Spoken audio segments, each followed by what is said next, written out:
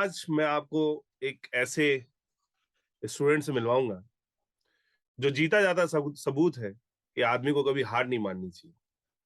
हम जब किसी चीज को अचीव करते हैं तो कई बार ऐसा होता है कुछ मार्क्स से सिलेक्शन रह जाता है। वी फील डीमोटिवेटेड और हम वो चीज करना छोड़ देते हैं।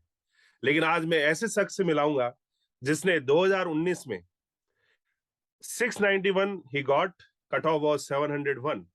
सो इनका जो सिलेक्शन है वो 12 मार्क्स से रुका। 2020 791 इनको मिला, cut off was 860। 2021 in ESE 799 and cutoff was 802. So again 13 marks से इनका सिलेक्शन नहीं हुआ। And now today he got AIR 13 in the UPSC ESE examination, IES।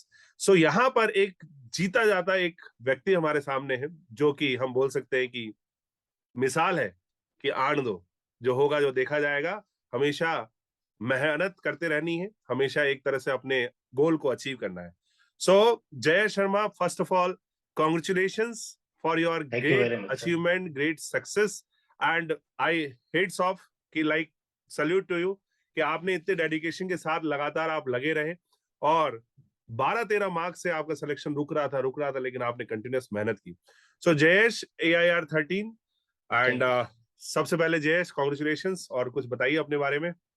Thank you very much sir. Sir जैसा कि मैंने 2018 में क्लासरूम कोर्स किया था मेरी इसी से, वो करने के बाद फिर मैंने साथ में प्रिपरेशन में मैं लगा हुआ था। 2019 में मैं इंटरव्यू तक पहुंचा, बट कुछ मार्क्स से मैं रह गया। फिर 2020 में भी गया, 2021 में भी गया, और इंजीनियरिंग सर्विस रिजर्व लिस्ट में मैं अपने आप को एक रैंक होल्ड करा पाया। फिर सर उसके बाद मैंने लास्ट में 2020 दिया and finally I am happy. तो sir within this entire journey बहुत ही अच्छी जर्नी थी, बहुत सारी चीजें सीखने को मिलती हैं, बहुत सारी चीजें फेलियर्स देखने को मिलते हैं। तो एक लाइफ के लिए भी बहुत अच्छी जर्नी होती है, लाइफ के लिए बहुत सारे लेसन्स मिलते हैं, और करियर के लिए तो सर नो डाउट होती ही है। तो सर मेरा ये था कि मैं प्रिपरेशन करता रहा, उसके साथ मैंने जॉब भी करनी स्टार्ट कर दी थी, तो जॉब के साथ भी मैं लगा रहा, और फाइनली मतलब सर मैंने पीछा नहीं छोड़ा था, तो हो गया। तो यस जयेश, तो मैं आपसे अभी यहाँ पर दो क्वेश्चन और पूछूंगा कि मतलब पहली बार 2018 में आपने प्रिपरेशन की, क्लासरूम किया, 2019 में आपने पेपर दिया, और जब आपका 12 मार्क्स से सिलेक्शन नहीं रहा तो कैसे कैसे थॉट्स आपके मन में आए, और उन थॉट्स को आपने मतलब कैसे मतलब कि उनको छोड़ा और आगे बढ़े आप? मतलब क्योंकि बहुत सारे स्टूडेंट हैं, बहुत सारी प्रिपरेशन कर रहे हैं, दिन रात लगा रहे हैं, लेकिन जब फाइनल रिजल्ट में नाम नहीं आता, लिस्ट में नाम नहीं आता है, दे फील डीमोटिवेटेड। सो क्या आपको भी ऐसा लगा? सर कुछ समय के लिए तो एकदम शौक सा लगता है कि हाँ सिलेक्शन नहीं हुआ, पूरी साल मेहनत करी, क्योंकि सर काफी लंबी जर्नी होती है ऐसी की, पूरा 1 ईयर, 9 मंथ्स टू 1 ईयर लगता है। तो थोड़ा सा रिजल्ट आता है तो उसके बाद लगता है कि हाँ कुछ प्रॉब्लम हो गई, फिर से एक साल है। लेकिन फिर क्या करना होता है ना सर, फिर से अपने आप को रिकलेक्ट करना होता है, और फिर उसके बाद फिर से एनालाइज करना होता है कि मैंने कहाँ गलती कर दी।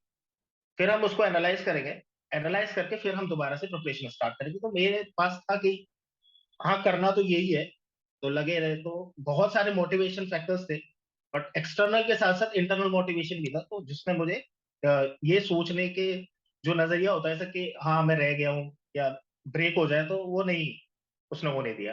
तो वो सेल्फ मोटिवेशन ने मुझे हमेशा मोटिवेटेड रखा कि फर्दर जो है प्रिपेयर करते रहे।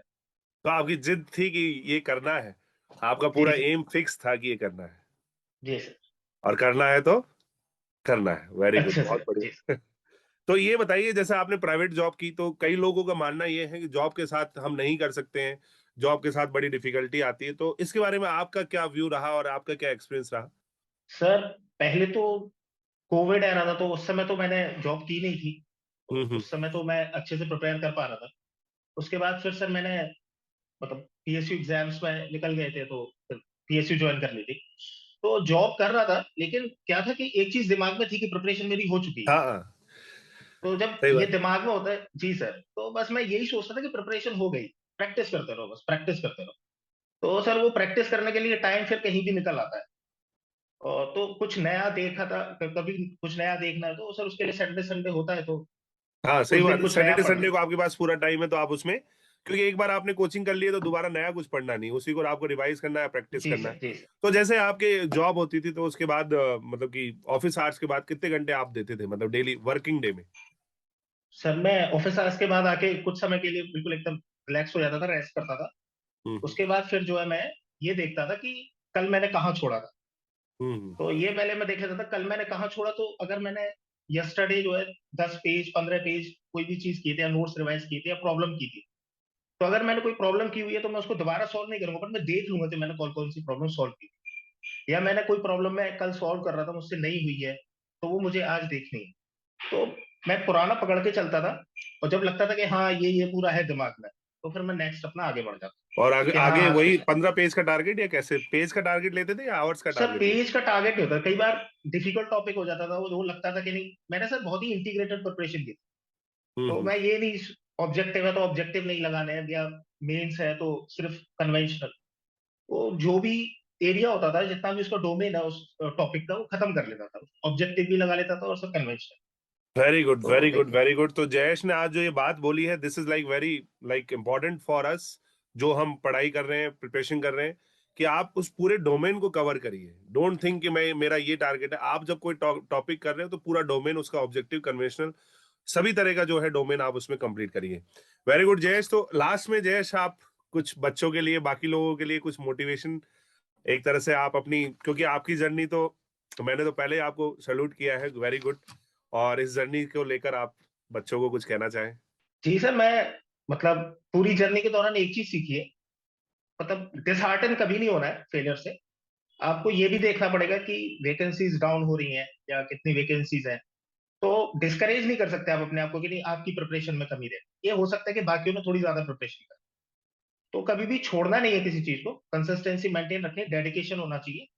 और motivation, external motivation short term dose होती है, लेकिन सर इंटरनल मोटिवेशन जो होता है ना वो बहुत लॉन्ग टर्म डोज होती है, तो अपने आप को इंटरनली मोटिवेट बहुत रखो। तो सर वहां से बिल्कुल सही सक्सेस बात। डेफिनेटली मिलेगी। हाँ, definitely seats are like getting less, तो लेस तो हो रही है, लेकिन एग्जाम का लेवल कट ऑफ ऊपर जा रही है, तो हमको उसी हिसाब से एक तरह से करते रहना है, छोड़ना नहीं है।